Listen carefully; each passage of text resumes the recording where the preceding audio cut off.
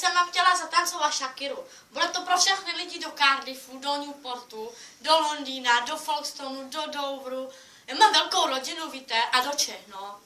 A prosím vás, a já vám přeju příjemný pokoukání. Neber mě tak zblízka, prosím vás, já jsem totiž, že mám tady píchy, já jsem si musela dát ten make-up.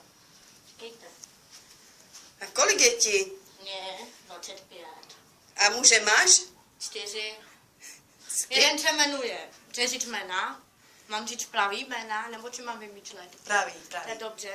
A jeden se jmenuje Moody, jeden se jmenuje David, jeden se jmenuje, nevím, určitě. Marian, jeden se jmenuje, ne, toho nemám už lada.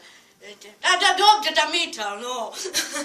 No a teď kytkou Anglii, jenom jeden je v Čechách. A miluješ je všechny teda? Jo, mám veliký čleček, scháním už další 4.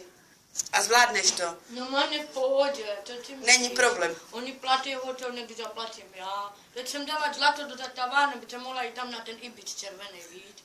No, on chtěl jde na hotel, tak jsem dala zlato do tatavárny. A já čekám, že mi schválí podporu Čecha, tak se budu mít dobře, oni mi dávají 3000, 450. A tady v Anglii kolik ti dávají? Jo, je to